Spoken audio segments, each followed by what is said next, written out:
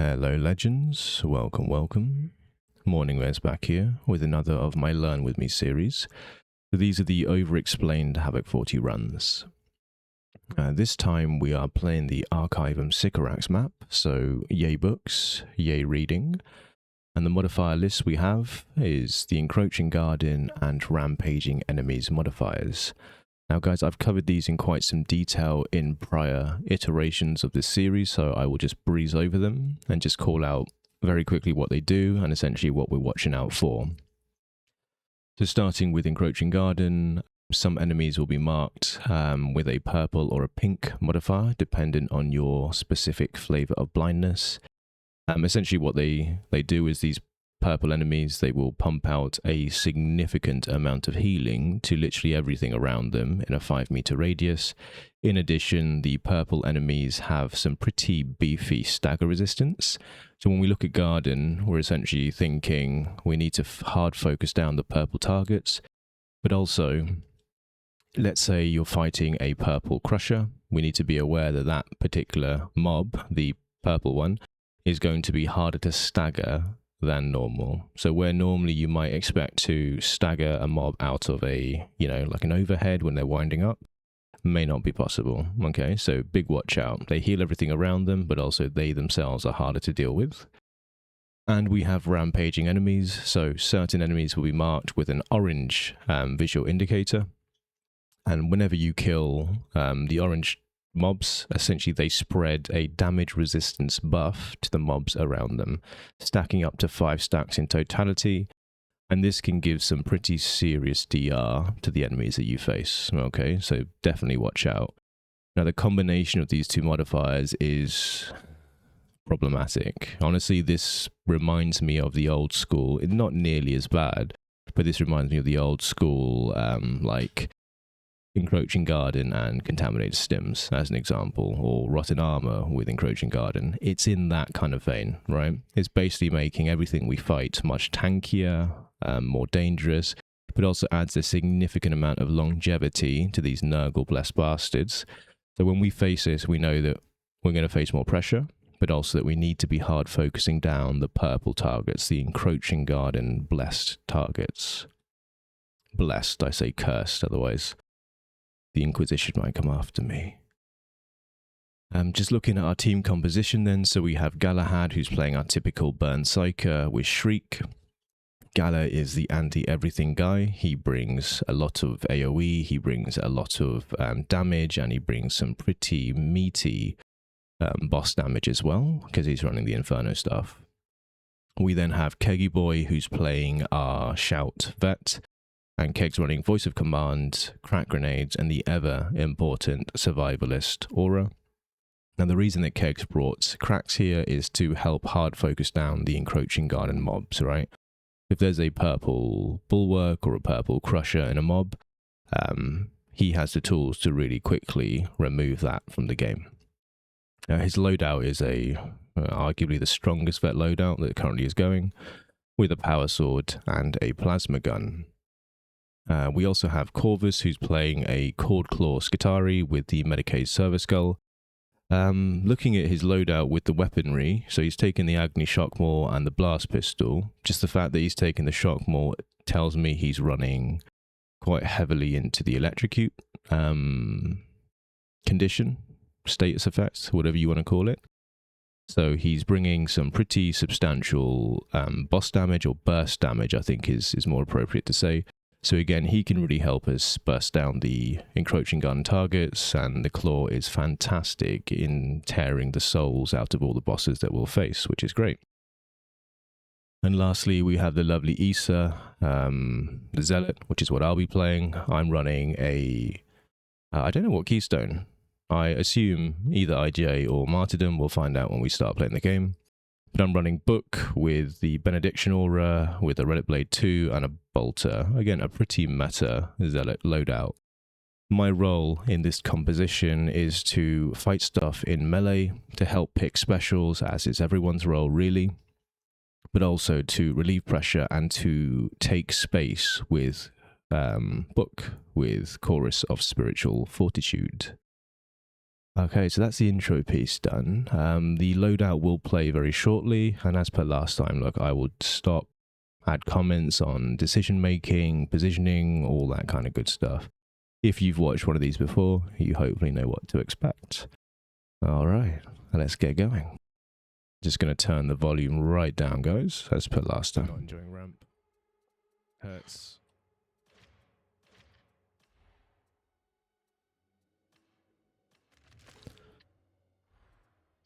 So I'm running the Relic Blade Mark II with the Rampage and Cranial Grounding blessings. I get asked the question quite a lot on YouTube comments, why Relic Blade Mark II?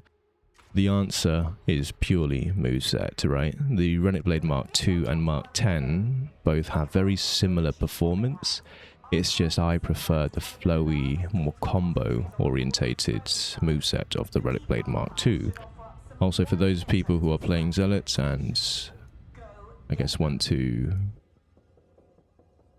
hard specialize into the class, you'll find your way to this weapon. I have no way to understand why you wouldn't. It's one of those weapons that's just an absolute dream to use. One of my favorites in the game, for sure.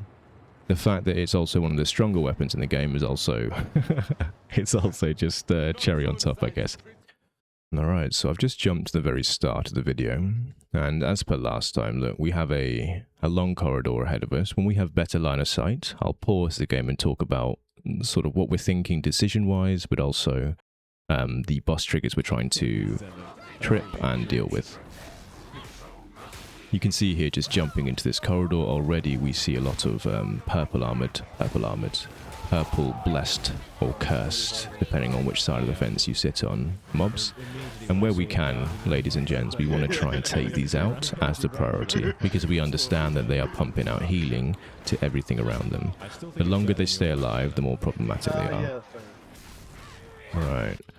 Okay, I'm just going to pause here. So directly to my left-hand side, there is a spawn door. Alright, and the game will intermittently send whatever the AI director wants to through that spawn door to cause us problems. This can range from a horde of elites, rages, bursters, specials, whatever, right? In addition, bosses can and will spawn to the left-hand side through that door. However, what we're trying to do with our initial objective is to clear the corridor as we've just done. You can see this archway ahead of us, which looks kind of cool, kind of Tolkien-esque actually to me for some reason. Either way, I digress. We want to push our heads through this doorway and trip the trigger. So the actual boss trigger is just past this doorway here. Okay, let's see what we do. So that's the trigger, guys, and that's a porridge or a packmaster, dependent on how insane you are. You can see we've tripped the trigger, and what we want to do is we want to pull back slightly. Now the reason being is we have that spawn door. Ooh, you see the wave of mods behind us as well? Making bloody chicken sounds at each other. Guys, I'm just going to pause here briefly. So what we did is the correct thing. We pushed through the archway, we tripped the boss trigger, which was a packmaster. Now the reason I want to say and clearly specify it was a packmaster is because for some reason, and I have the feeling that it's like a legacy coding thing from Expeditions, but the Packmaster is one of these bosses that doesn't make his presence known. Sometimes he's quite inconsistent with this, but he's one of these where you actually have to go and actively hunt. Like, you have to get real close to him, or you need to actually shoot him to trigger him to actually come after you. I'll be honest with you, it's really fucking annoying, and I wish he would trigger like a normal boss, you know, like he would come running at you from some certain spawn location. As it is now, you trip him, he'll keep sending dogs at you, but he won't actually come after you, which means you have to go and hunt him. This adds an element of uncertainty and danger to dealing with Packmasters. So, as I say, we went through the doorway, we tripped the trigger, which is a Packmaster, but we also received a time trigger, which is a Chaos Spawn, which you can see here. Now, what we could have done, and what I see many teams do, is try to hold this space just by the archway. The problem with that is, you saw the absolute flood of mobs that spawn behind us, but also mobs spawn from this spawn door to our left-hand side. If we try and hold this, we're essentially pinched from forward and back with a really close enemy spawn location, which is dangerous, right? Imagine, ladies and gents, if we're sitting at the top of these stairs fighting a chaos spawn ahead of us, and the game then starts sending bursters from this door. Not good. Not a happy place to be. So the way we like to approach this is we trip the trigger, we come back to around about here where these suitcases are. We use this almost as a bit of a choke point, and we fight in this large corridor where we have space to retreat, to push forward, whatever it is. But more importantly, enemies can only come from forward or behind. Now, I will say, look, where we dropped into this corridor, that is also where bosses can spawn. So if you see a boss trigger, eyes forward, because they can come from forward through the archway, come from the spawn door, but also eyes behind, because they can turn up behind you, all right? However, what I'm saying here is that we want to deal with the Chaos Spawn first, because he's actively here, he's a primary threat, he's in our face, but also Keith is weak, yeah? He's a weakened version, which means he has lower HP, so we can get rid of him rapid. We are also thinking in our heads that the Packmaster is ahead somewhere, but we probably need to hunt him down.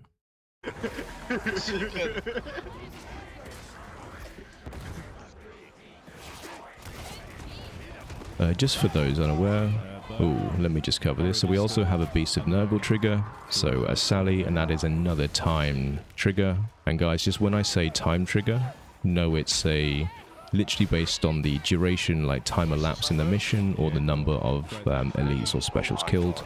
But I say time just for ease, okay? And you see that Sally, so the Beast of Nurgle, spawned from a left-hand side, yeah, from that spawn door. Another argument for making sure we don't hold on those stairs. I'm just going to pause here again, guys. There's one thing I started a thought on, but sort of stopped and trailed off. When you use the bolter on a Zealot, there is a tech that you can use to arm the weapon much faster. So the normal way is you swap to your ranged weapon. There's a big long animation where your character sort of like tries to swing the bolter up from assumedly his or her hip. And it's quite a long animation, right? I think it's meant to evoke the bolter is too large for human hands, it's mad heavy, that sort of thing. However, when you swap to your ranged weapon and you throw one throwing knife, you skip that entire arming animation. So if you see me, now the way I've kitted out my Zealot here, I have a Relic Blade which is fantastic damage and cleave into all targets. And I brought a bolter specifically to help hose down bosses, okay? So mainly for unyielding damage. So when I want to mag dump a boss, you'll see me swap to my bolter, throw a knife, and then start firing. Alright, so try and use that. If you're bringing throwing knives, and if you're playing Zealot, you probably should be. They're one of the best blitzers in the game. Yeah, use that tech. It'll help you fire or reach that firing state much faster. So just thinking about the area ahead. So the way that we actually want to progress the map is if we go through here and down, there's a door that we go through and we can progress the map. However, the way that we like to approach this is, I don't know why, I think it's probably habits or superstition, but we always take left side. Right, so we tend to come out here, we'll loot this room, we'll clear what's around us, we'll go up these stairs and we'll take left side. And left side is a large open space at the top with like a bit of a square in the middle with a statue there. And you can kite round that square quite easily, right? So we like to take left side. So you can see we're angling and we're heading towards it. However, we do need to be aware that Porridge, I keep saying that, Galahad, why have you done this? The Packmaster is somewhere ahead. Now, gut feel says he's probably going to be up here, right? That's intuition, that's a little bit of experience. He's probably going to be left side with us, so we're going to go into the teeth of where we think the boss is. However, we have two options when we get there. We can either push up into the unknown. They could be, who knows what's at the top of those stairs, right? We don't know.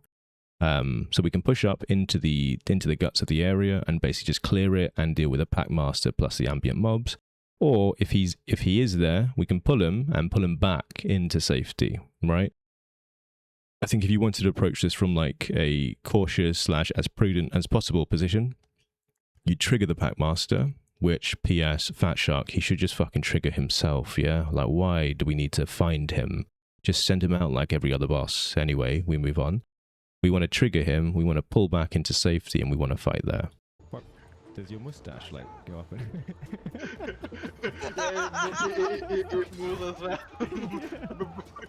Green stem over there. Leave it. Alright, so Keg spotted a green stim.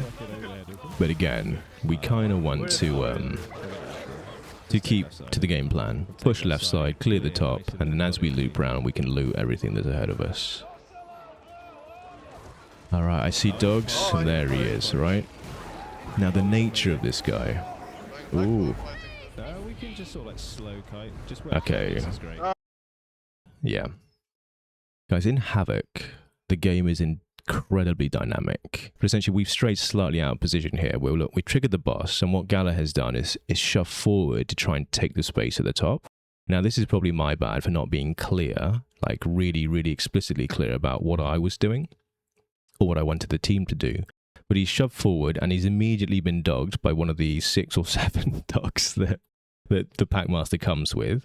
So now we have a problem, right? So we need to recover Galahads. So we have 2 options, I guess, guys, right? We can either shove forward, free Galahad, and take the space at the top, dealing with whatever's up top, which is probably the right thing to do here. Or we can start pulling back and trusting Galahad's ability to try and support him with ranged or all that kind of stuff, right? Trusting his ability to snake out of it. I think he's been dogged, but I think he's been actually freed here by Corv. I think Corv has maybe shot something or something like that. But either way, we'll see what we do. The problem we have is we are now stuck in limbo on this really narrow staircases, set of 2 staircases, right? This is not where we want to be. If we stay here, we can get pressured from forward, but also get pressured from behind with very little opportunity to escape. All right? Bridge. No, can anyone help? I'm stuck. No. No. I'm fucked there. Oh my days. Oh, boy. Alright, so the good news is we had gold toughness for that. So the burster did not wreck. Oh, I'm going to pause it here, guys. Just when we turn around. Ooh. Alright, the good news, as I say, is look, we had gold toughness for that little section. So Keg got netted from behind. Gal is isolated ahead. And Corv and I are essentially stuck in limbo, trying to decide what to do, right? But Keg took that decision away from us by getting netted from behind. He's closest. We want to free him and save him. Now, thankfully, I managed to pop Book when Keg got netted, because a burster threw himself with very little sound, by the way, at myself, Corvus, and Keg, and just detonated. Now, that probably right there, if we didn't have gold, is a wipe. Like, straight up, right? It probably would have killed all 3 of us, and then Gala's stuck in no man's land trying to fight a Packmaster solo. But thankfully, we had gold, so we managed to ride that hit. And what we're trying to do here is essentially the correct thing. Look, we got pressured from behind. Keg's got absolutely slapped, right? We need to pull back. Even if it means leaving Galahad on his own, unfortunately, the man's isolated. We need to secure ourselves, stabilize as a trio, and just try and pull back. Plus, Gala's a sneaky little fucker, right?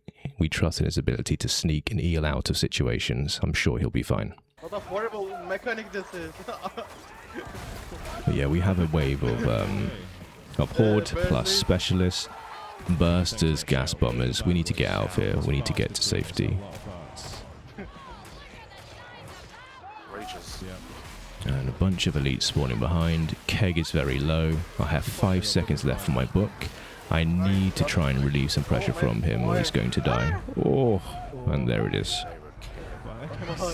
And like the slippery little bugger he is, my little brother Galahad has managed to eel his way back here because he's an absolute legend, right?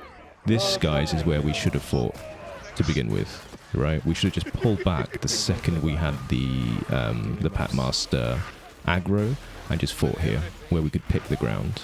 Instead, we got isolated and trapped and pincered from forward and back. That was a really weird start. The thing that makes the Packmaster super dangerous, and he's one of the, probably the monstrosity that I want to fight in space, right? Like, with space. Just because of the nature of his attacks where he rips your stamina. If you get hit, it's a problem. And it's not just his attacks, it's the lack of stam to push, to dodge, to block, everything else that comes with him, because how often do you fight just one mob, right? Right, so we've managed to deal with that. We have straight limped through that section, and that green stim that Keg's found, poor man's on 1 HP, he should probably just yam that. Oh, sorry. Okay. Gatekeeping them. Honestly, not against you using it, mate. No, I'm not Thanks, gonna guys. use Let's take cover. Just while we clear, so again, guys, just thinking about the next steps here. We just need to stay together, we need to push forward through this tunnel, and then progress the map on the right-hand side. Once we get through this next section, we know that there's a med station ahead of us. We just have to get through. And I think this sort of speaks a bit to, look, sometimes Havoc is like this, right? You'll make mistakes, so the game will throw stuff that you just don't deal with in an optimal way. It fucking happens. It probably happens more often than dealing with it in a perfect way. Let's be completely frank, right? Yeah, we just need to roll with the punches here, you know? We are bleeding, but we're not out, right? We didn't hear no bell just yet. We just need to stay together, get through to the next section without losing anyone, ideally, and then we can get back on our feet. Also, with porridge, I'll be a bit clearer because. You mean you can hear me on the comms now saying that next time I'll be a bit clearer? Yeah. It's one of these where, look, if you're stepping into a role where you help be a bit more directive with your team and stuff like that, look, if you can be explicitly clear, even if it feels laborious in the moment, you need to do so, yeah? Oh, yeah. So this section here, we literally just need to clear, and there's an airlock to the left-hand side where we can then push and progress the map. There are a couple of crates, especially a big one to my right-hand side that we want to loot, where I think it's Keg who's already there. So we'll just loot up, get what resources we can, and continue. So just while we do this clearing and stuff like that, I'll speak a little bit about my role as a Zealot. So I mentioned at the start, I'm really here to fight stuff in melee, and the way I like to play Zeal, especially with Martyrdom as the keystone, is I like to play as light on resources as I can. I want to feed those resources to my team. Now, I'll pause here just while I speak about this and talk about the next section as well. Yeah, so it means that Martyrdom gives me a shitload of wounds, right? Shitload of wounds. It means that in opportune moments, I want to be giving the resources that are available, so med station charges, green stims, all that kind of stuff to my team. It allows me to run really, really light on what I need to survive because I have such a high margin for error. If played well, guys, if played well, yeah. I have such a high margin for error that means that essentially I can go down quite a few times, you know? It's not a huge deal for me. As long as I can be recovered, it is a bit of a so what. So it means that if there's 2 med station charges here, I'm not the guy that needs it, and that can go to the rest of the team. The way I also like to play Zealot, because, I mean, I don't run a flame or anything like that, just because it doesn't really appeal to me so much. I like to go quite light on ammo. I really only use my bolter to hose down bosses or in oh shit moments, and occasionally to pick specials when I'm out of knives. But the virtue of me taking throwing knives means that I have a really, really quick completely regenerating ability, a tool to deal with snipers, trappers, bombers, all that kind of stuff. Now, obviously, I need to be able to aim, which is historically a problem for me, but it means I have that potential, right? So it means that I can also go quite light on ammo. My ideal here with my class is to not use healing, to not use too much ammo, and then to use my ability, Chorus, to create windows of opportunity for my team. Whether that opportunity is defensive, so we're under shitloads of pressure, we have bosses, I can then pop Chorus to create space and relieve pressure for my team. That's a defensive example. Or offensive, where we need to take space. I said it in, I think, the last video. I see a lot of people who play Book Zealot, and they play it as a Chorus bot. So they'll take a Blazing Party build, they'll bring a combat knife or something similar, and they'll just try and crit as much as possible so they can keep spamming Book. I mean, that's a playstyle. If that's your thing, absolutely. However, my view at the higher levels of play is that it sacrifices so much personal damage, it actually is a net negative when you look at the overall view of the game. Right, so the way I want to use my ability is, look, if I have to use it on cooldown, I fucking will. Don't get me wrong, it's a cracking ability. It pulses out gold over a decent amount of time. It's fucking amazing. It's a huge boost to your team's utility and survival. However, I want to use it intentionally. I don't just want to spam it. There is a class that can spam and give gold in this game, and it's Veteran with Voice of Command. It's not your Book Zeal, in my point of view, right? So I want to be intentional with this usage, and ideally, if we're using it defensively, it's because the game's thrown a lot at us, or we've kind of fucked up, right? And I'm trying to use it to cover up for a mistake so that we can reposition and stabilize. Ideally, I use my book offensively, right? I use it to push gunners, to take space, all that kind of stuff, okay? Right, either way, I ramble. I'll get off the soapbox now. I do feel quite strongly about this, though, because I feel like the ability gets a hugely bad rap at the higher levels of play, despite being one of the ones that can be super, super beneficial to the team without sacrificing, my enjoyment as a book Zealot player, because just spamming chorus all game is fucking boring, Again, my POV. So yeah, it doesn't sacrifice my enjoyment because I can use it in a bit more of a strategic way, so it's mentally more engaging than just hit F and, wait for 10 seconds. But also, it doesn't sacrifice too much of my own personal output, okay? Yes, as a Book Zeal, I'll be doing less damage than the rest of my team, but the way I choose to play it, and again, a bit more intentional with the book usage, means that I'm not significantly behind my team. Yeah, I'm still pulling my weight. And that, to me, is super important. Anyway, like I say, I'll stop now. So this next section is a series of airlocks. Now, we don't have Blight, so again, the reminder of the modifiers, we have Garden and Rampaging. Essentially, with this next bit, we need to push together, deal with whatever threats, but we want to kind of move at pace. We have a series of airlocks and narrow corridors ahead of us with lots of spawn points for enemies. We just want to stay together as a tight little murder ball and just shove through. Oh my god.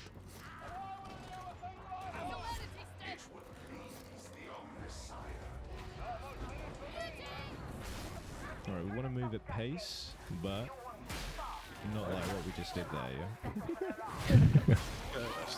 yeah? Just while we clear this, guys, there's not a lot of strategy to be added here. It's sort of like, just get through, take space where you can, but try and move quickly, hey? I just want to speak a bit about the mentality in a Havoc, eh? Like, what we just had there was a hell of a start. A sort of start that some teams would really struggle to recover from, and mentally, it could be quite tilting for some people. You know what I mean, right? It's so important in this game to just fucking shake stuff off, right? I have the luxury here of playing with a bunch of people that A, I like, which is amazing, B, are communicating with me, which is also amazing, but C, they're all fantastic Darktide players in their own right. The only thing that can end this run really is some absolute bullshit from the game, or if we stop performing to how we should be performing, what we're capable of, right? And that really comes down to mentality. So if I can make light of a situation, just make sure that we're trying to have fun, guys, at the end of the day, right? I think in Havoc 40s and things like that, people can take the game too seriously. Don't get me wrong, it's the most serious game mode in the game. It's a significant investment in time as well, so we want to win, eh? But for me, it's more important to enjoy the game, have a good time with these boys, than it is to just fucking hard sweat through it, right? Oh, that was great. Stop laughing for like 10 minutes. Yeah.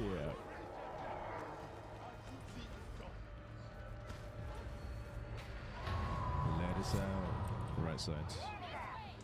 So this is the last little sequence we have to do. So we shove through here. We then get to a large room where we can turn off this this persistent alarm that's going off and sort of like spawning endless hordes at us. And then we also have access to another Medicaid station.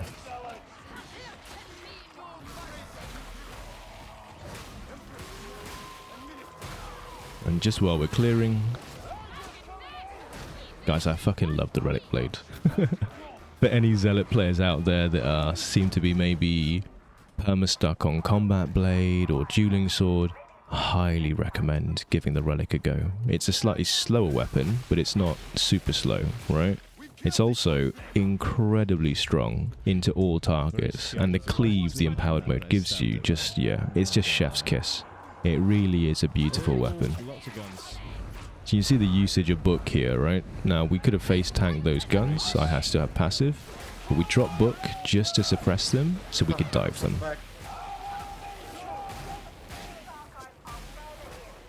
It's an overshare, Gala. And with everything in this game, everyone should be sort of like, not taking turns, but should be aware of what's coming behind. You kind of just want to be constantly checking behind you. Oh, it didn't pop. And again, if we're looking at this section here, notice that this isn't a fantastic place to hold, but as long as the back is clear, this is fine. And what we're using is this doorway as a bit of a choke point to safely push bursters, to funnel the mobs, and to allow us to cleave and clear faster. Oh, that is uncomfortable. I'm just going to pause here, boys. Just here. Right. Look, please be careful of barrels. There was literally no need to detonate that explosive barrel there. And what happened was, because I'm already such low HP, it took my passive, you know? So that is a really, really strong lifeline that I want to have up as much as I possibly can. Because it essentially gives me a second life mechanic, yeah? And that's just been taken away, not through a mistake of my own, not through a mob, just through a teammate who was a little bit overeager and detonated a barrel where that was right next to me. If you pop a barrel, like you started detonating, call that shit out. Give your teammate a chance to move away. I think we talked about this in a previous run where, look, if you're stood right next to an explosive barrel, it can take something like 30-40% of your HP bar. It's a lot. That's a lot of your HP to lose from a careless move by a teammate, yeah? So just do be aware, especially if you're playing with a Marty Zeal. I want my passive up.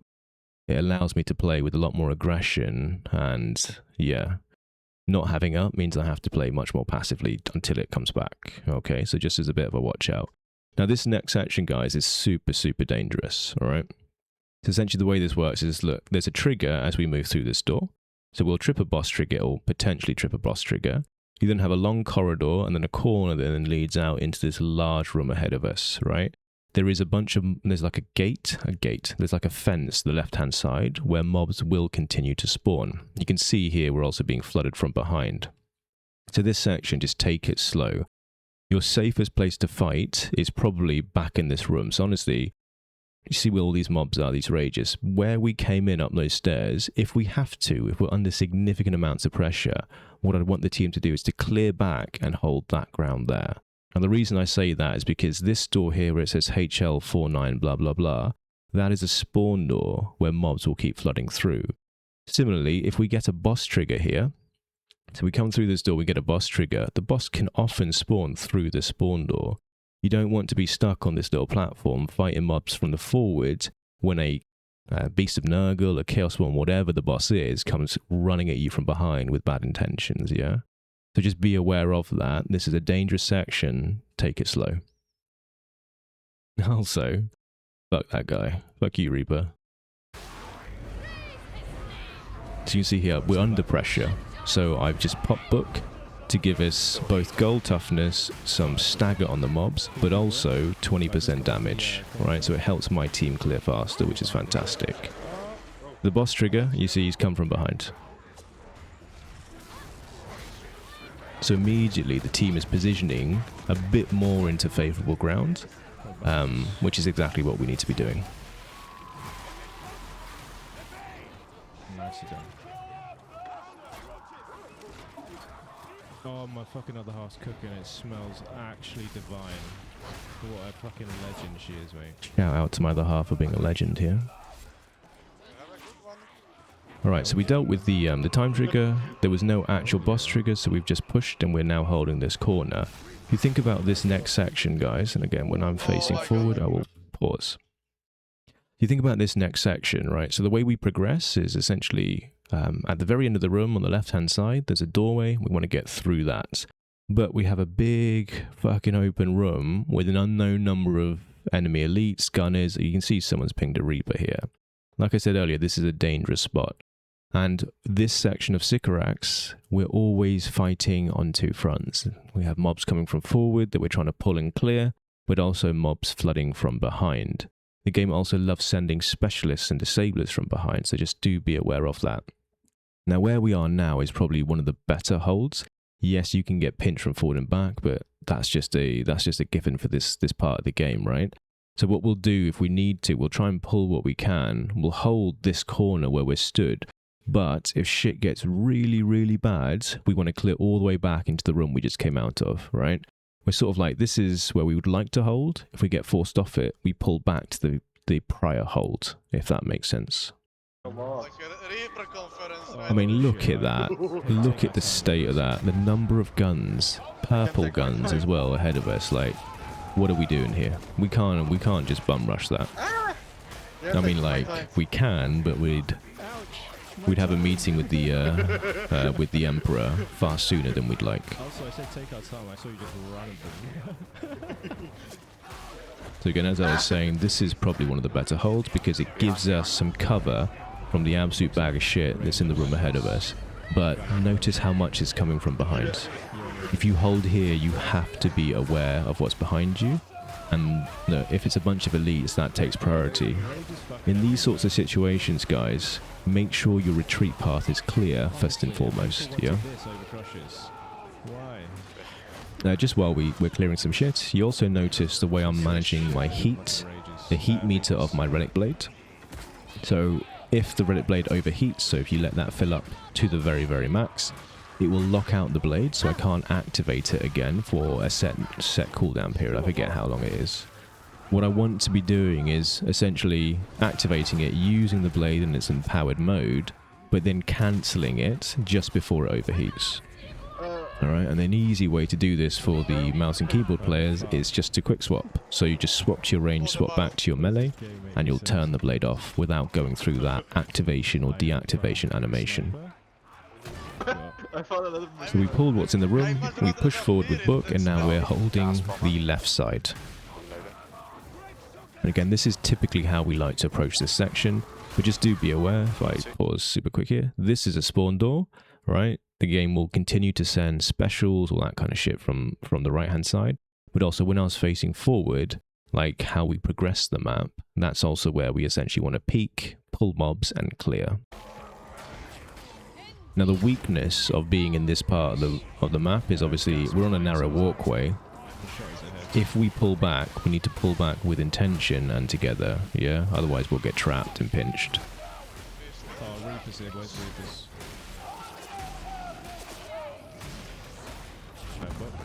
Just pushing the guns just to stop them shooting. So what I'm doing here with book is I'm not trying to dive these guys because there's just too much in the room. I'm just trying to create an attack window for my team to lay on some damage, to clear some of the Reapers, but then pull back, yeah? It wasn't a full-on dive, if you will. It was really just trying to create space so that we can clear some mobs in safety, but then we hold the corner. Always hold your corners, yeah? It's honestly, it's like, there's one positioning tip I can give you all. Use corners, create choke points. Found it! You get yourself going, which is good. Wait, maybe that's the play, Big Amber here. Just shout. Okay, so this next section here, if I just pause, whoop, we have another boss trigger right here. So you step through this doorway and there's a potential for a boss trigger, and the way we want to advance the map is on the left hand side. We push up, there's a room with a med station in it, and ideally we get into that room and we hold that, okay? But first and foremost we have to deal with the boss trigger if there is one. Another one. Plague and a captain, boys. So Plague and a captain, slowly pull back. yeah, exactly as I said in the game here. Look, we don't want to just give ground for the sake of giving ground, but we want to be checking our 6 to make sure it's clear, that we can retreat if needed. But look, we have 2 bosses coming with a wave of shit. We're not going to be able to just hold the ground, eh?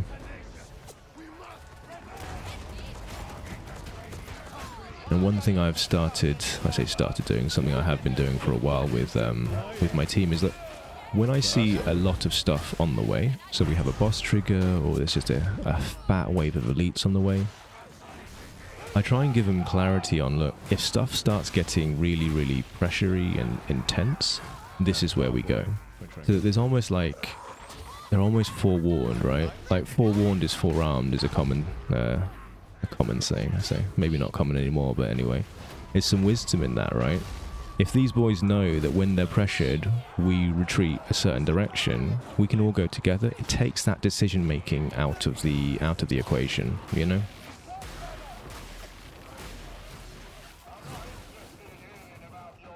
And this is the med station room I was talking about.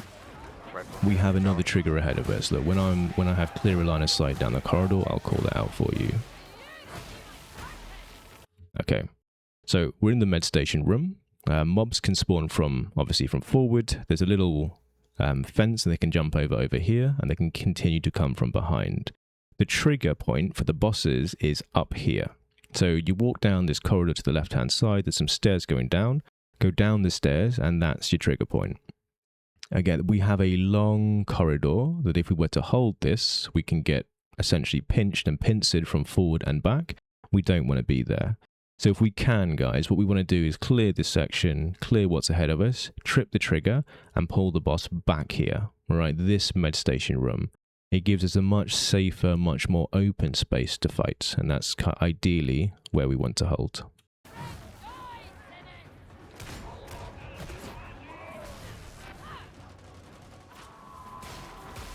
Cool, are you running Claw, yeah? What? Are you running Claw? Of course. Of course. Am I the only one that likes Sumiter? I like it too, but the claw is better from my place. I think the Claw is just better. But I like Emitter. What? Ouch. Ouch, ouch. Ouchies.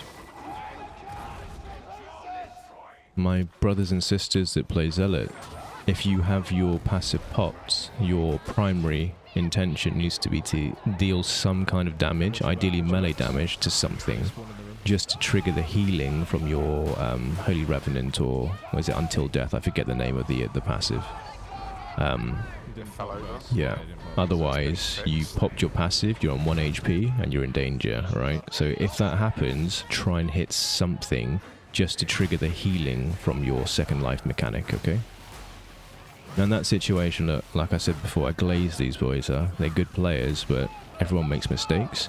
That burster shouldn't have been shot, or if it was to be shot, it should have been called out. Whenever you see a burster on the way, assume it's going to get pushed, right? Quite simply, that should be the primary. It's the safest way to deal with them, unless they're at range, in which case you can kill them safely. What I'm doing here is I'm trying to hit the trigger, so just peeking forwards, and no trigger. Nothing. And because we have a med station behind us, what we try to do here, guys, is hold the med station until we see what the trigger will give us, right? If the trigger trips and there's 2 bosses, it's great to have the healing for after we deal with that. Unless, of course, someone's in dire need. There's a lot of pressure here on my team, I should book, which is exactly what I've done.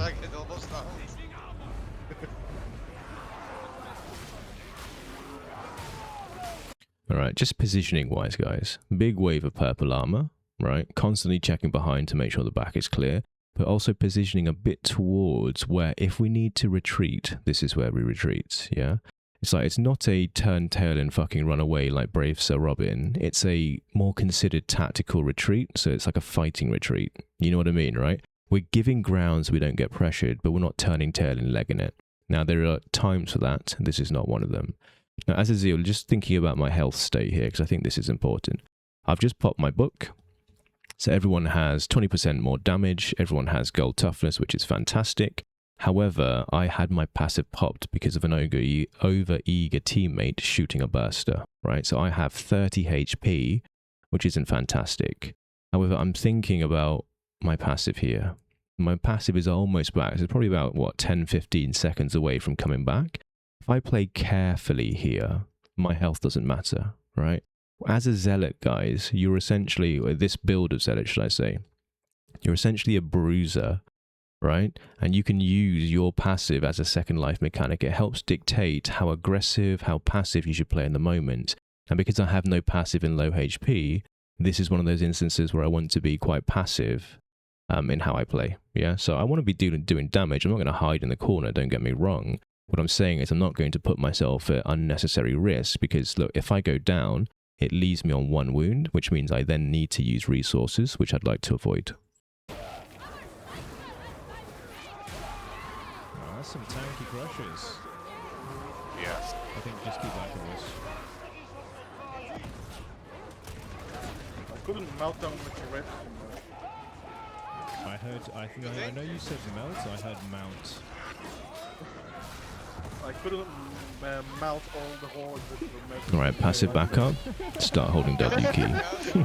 JK. But you can see immediately, look, my spacing when my passive was down was just a little bit further back.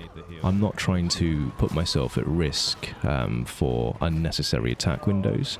When my passive is up, I can play far more aggressively and focus more on getting that damage off. That goes together. There's also 1 charge left on the med station, guys, and because I have my passive and I'm playing Marty, this now means that Galahad or Corvus, in this case Gala, can then use that healing, right? This is one of the really large boons that I think goes unspoken about for Zealots. If you play well, if you play around your passive well, you can feed and funnel the resources the game gives you into your teammates, which is absolutely fantastic. I was AFK, got sniped. Oh, That was like 5 seconds whilst I picked something up.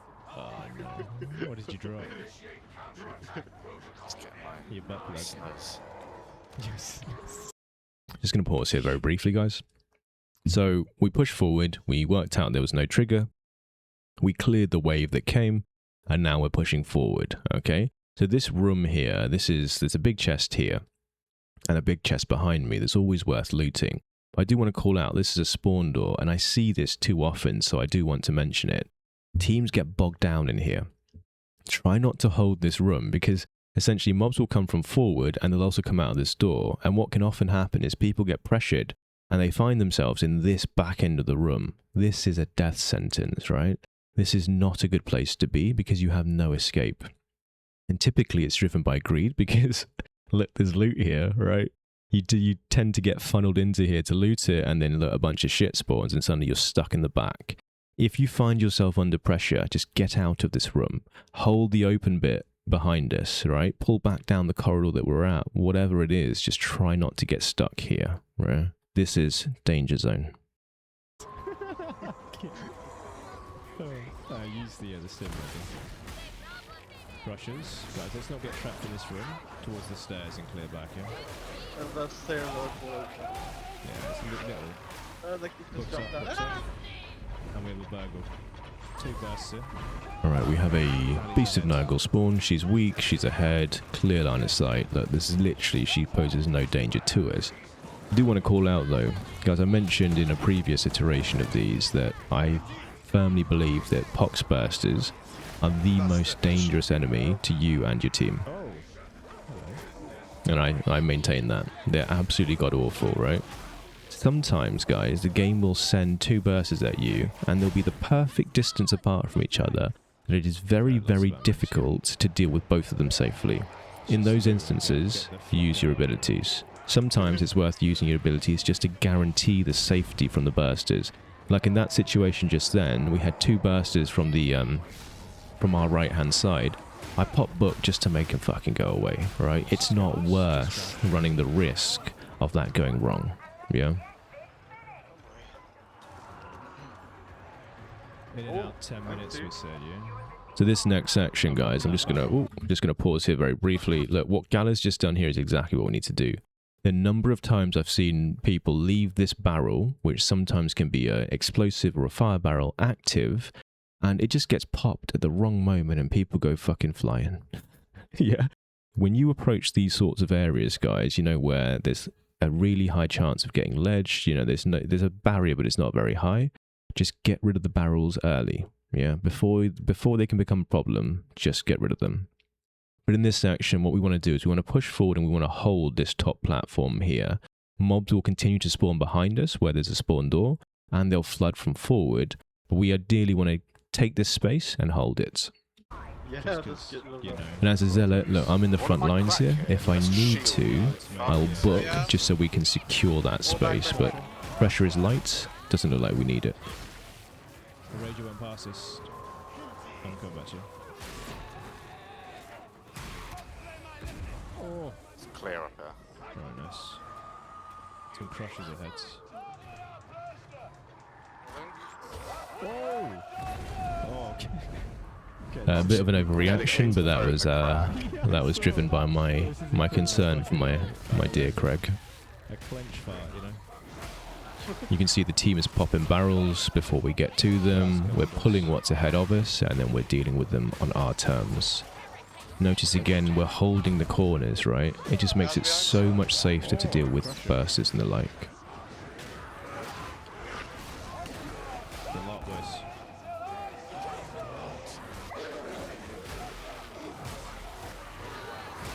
Book and 10. So we have quite a lot of pressure here, but we're clearing it nice and easily, and I have book in literally 2 seconds, if the team needs it. If the team doesn't, we clear quick enough. Happy days, we carry on. Just when you're holding this top bit, guys, just do be aware, where we walked in, that spawn door, the game will continue to send waves of trash, waves of specialists. Just keep an eye on that. It can make situations difficult. One sec, where's I'm this? okay. I've already got one. Things behind. How do we get to one? Also, just taking quick stock of our resources. We've not actually used any of them so far. As in, when I say any of them, I mean the crates. Just a reminder, ladies and gents, you get 2 med crates, 2 ammo crates per Havoc 40 game, if you find them. Right, we've just hit a twins trigger, so we're pulling back because we don't want to advance and run the risk of triggering something else. We're clearing behind us, and look, just mentioned we have crates. What I've just called out here is that if things get bad, I want Gala to be the one that drops his med crate, alright? So we don't have the issue of 2 people dropping them at the same time. And also, just looking at ammo here, it might be worthwhile pretty soon using one of the ammo crates. I'm gonna clear that. Oh, I just love you can do that to them. So that was a twins trigger well dealt with. It's one of these guys, it's like, with all things in Darktide, just try and isolate your threats. If you start viewing the game as a game of attrition rather than anything else, I disagree. it becomes a different beast, you know? It's all about positioning, it's all about picking the ground, it's all about trying to maximize efficiency. And look, if you're of that mind, that can be super fun to you. It certainly is to me. Every boss. Just 2 minutes. Oh, shotties. Gonna push him with book. So again, here's an example of using book to take and to hold space. So rather than just let a bunch of shotgunners just free fire up into us, I use booked, pushed into them, suppressed them, and now we have that space. Now this is dangerous, guys. I'm going to pause here. So look, this is just the nature of this map, right? We've dropped down. There's nowhere else for us to escape. We can go back through the doorway we came in, which is honestly something we might want to do. Because we tripped the boss trigger here. As you come through this door, there's a boss trigger.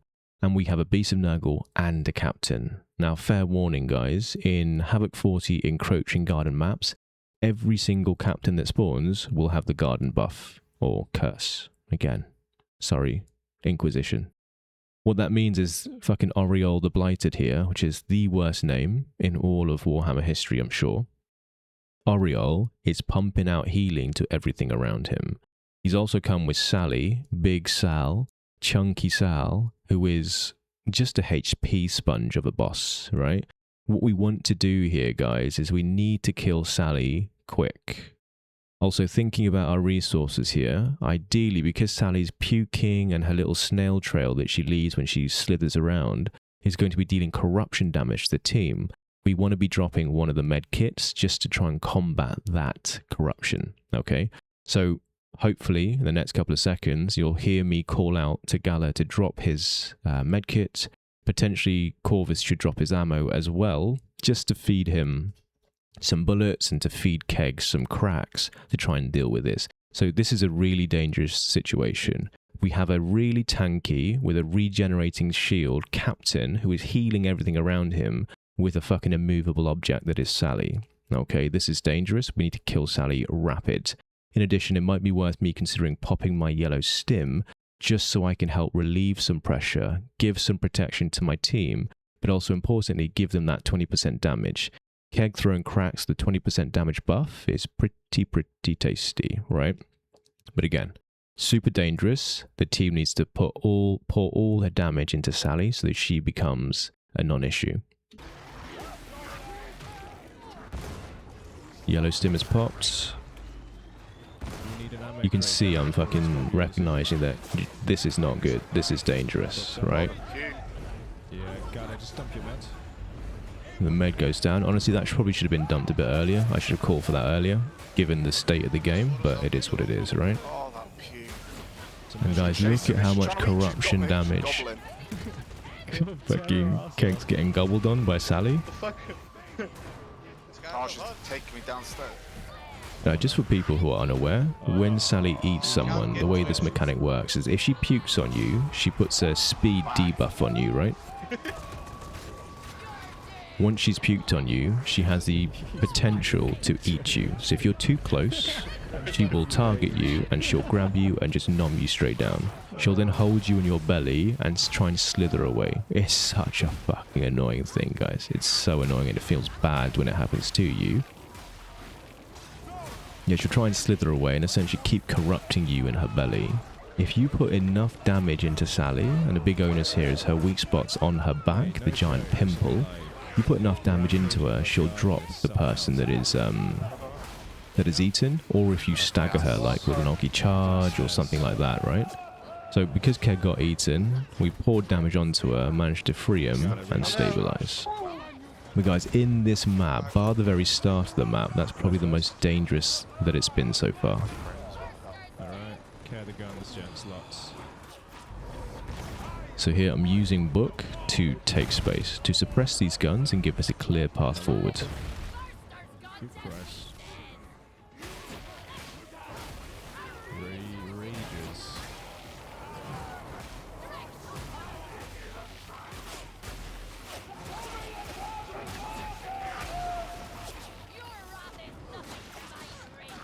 Slightly too slow on the quick swap on the relic blade there.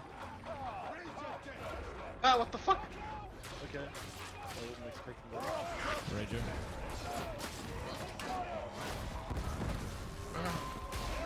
Just while this is going on, and look, we're just sort of clearing trash and trying to advance here, guys. I will mention, it seems like that a lot of you enjoy Zealot content, yeah. I don't know why, but it seems like to me, based on just how videos perform and stuff like that, that Zealot may be one of the more popular classes for you. So look, when we're doing these, if there's specific stuff you want me to cover, please tell me. I've been playing Zealot for quite some time. As you can see here, guys, my true level is 677. And I will say as well, I've been pretty much just been playing Havoc 40s for years, right? Years with an S on the end. What that means is that true levels and XP game in this game slow right down. They become far less of a thing. But what I'm trying to say is I've played a lot of Zeal. If there's stuff that you want me to cover in a bit more detail or stuff that you're interested in, let me know. I probably have some thoughts to share on it. Guys, just while I was rambling, look, we were under quite a lot of pressure. The room was filled with Nurgle's gifts, so stinky farts, and we've pushed out of it, right? We did the right thing. Just pull back when the ground is unfavorable. Now, just regarding book usage as well, the way the chorus works is that you release pulses of stagger and toughness gen, right? What that means is if enemies attack you in between those pulses, you can and you will get hit. So if you're trying to push a burster, you have to time the pulses, yeah? If you're trying to dodge a mutant or trying to stagger a mutie that's running at you, if he hits you in between those pulses, and he can, he will grab you, right? Thus cancelling your ability. Just be aware of the timing of when those pulses happen. Let's fucking go.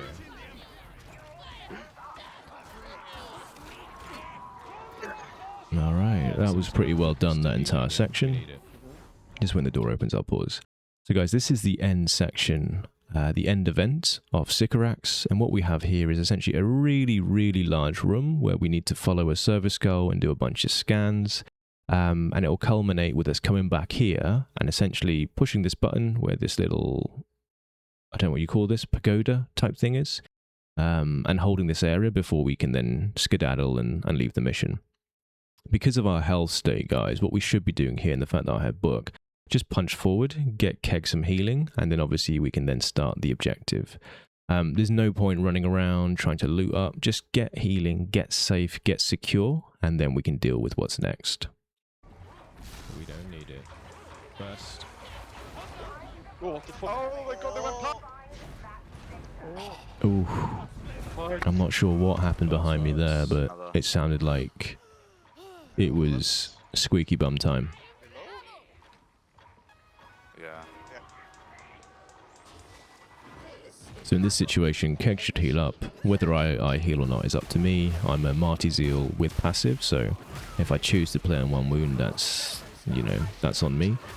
But then we follow Simon the service girl, and we go and do the objectives. All the rages, boys. I'm not sure why I'm trying to clear left side when he's gone right, but it is what it is. Look, I'm under a lot of pressure here, right? That's a lot of purple rages. So what I've done here is just try and reposition while defending myself. This is a team game, guys. One person cannot fight 20, 30 rages in melee with any kind of safety. Let's be completely frank, eh? So utilize your team, move together, play together.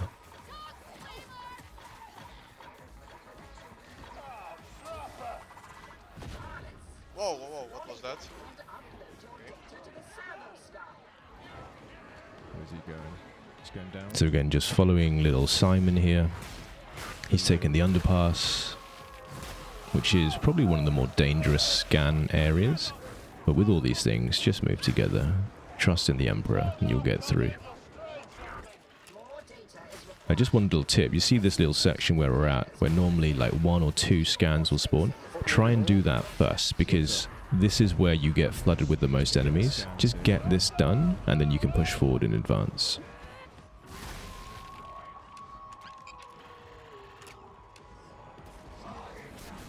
Yeah, Zealot is one of my personal favorite classes. It's just immensely fun to play. Really fun to play, and can have a lot of impact on your team. And like, the use of book from a strategic point of view, in my mind, is super fun. Now guys, don't get me wrong. I used to fucking absolutely love playing Fury with a Thunder Hammer and charging around and big bonking bosses, and sometimes I still do that. But if you're looking to sweat in a Havoc 40 game, correct usage of book is fantastic for your chances of success. However, like I say, there is a mentality with this ability that in my mind can be an overall downgrade to just bringing a damage class, right? If someone is literally just coming along and spamming book and they end the game with very low personal damage, I would rather they bring another class or another Zealot build, right? But you guys think I should try the... There's like, the value you add with utility does have a flaw, if you know what I mean, right? If you're doing a third of the damage of the other classes in your composition, with the exception of the Burn Psyker, you need to rethink how you're playing that ability, in my mind. And I might get some hate for this, and you know what, it's just my opinion, guys. We all have one, right? They're like arseholes. I think the same thing about shield doggies. If I see a shield doggy who is running taunt and all he's doing is turtling, I would rather replace that class, that playstyle, with something else. But like, I'm never going to offer like carry services for people, just because. There's also an element of personal benefit and like enjoyment, and also, I guess, like skill growth. If all you're doing is turtling, if all you're doing is hitting F every fucking 10-15 seconds and spamming book, you're not really learning anything, guys. Yeah, you're not really building your core fundamentals. You're not really getting better at the game, if you ask me. To help me get the content, right? So if No, that's you, that's how it it's goes. no worries. Just try and grow from there. Try and develop into a bit more of an active playstyle. Try and add a bit more output to your builds. You can still add so much utility Cranes while took full damage. outputting more. Yeah? And at the end of the day, guys, when you start hitting the higher peaks of Havoc 40s and you start clearing them a bit more regularly, that sort of stuff, it all becomes an efficiency game. It's like, look, if I do this, how much more can I squeeze out? Like, you know, that's what it is. And that's where the optimization, that's where the end game theory crafting comes into play.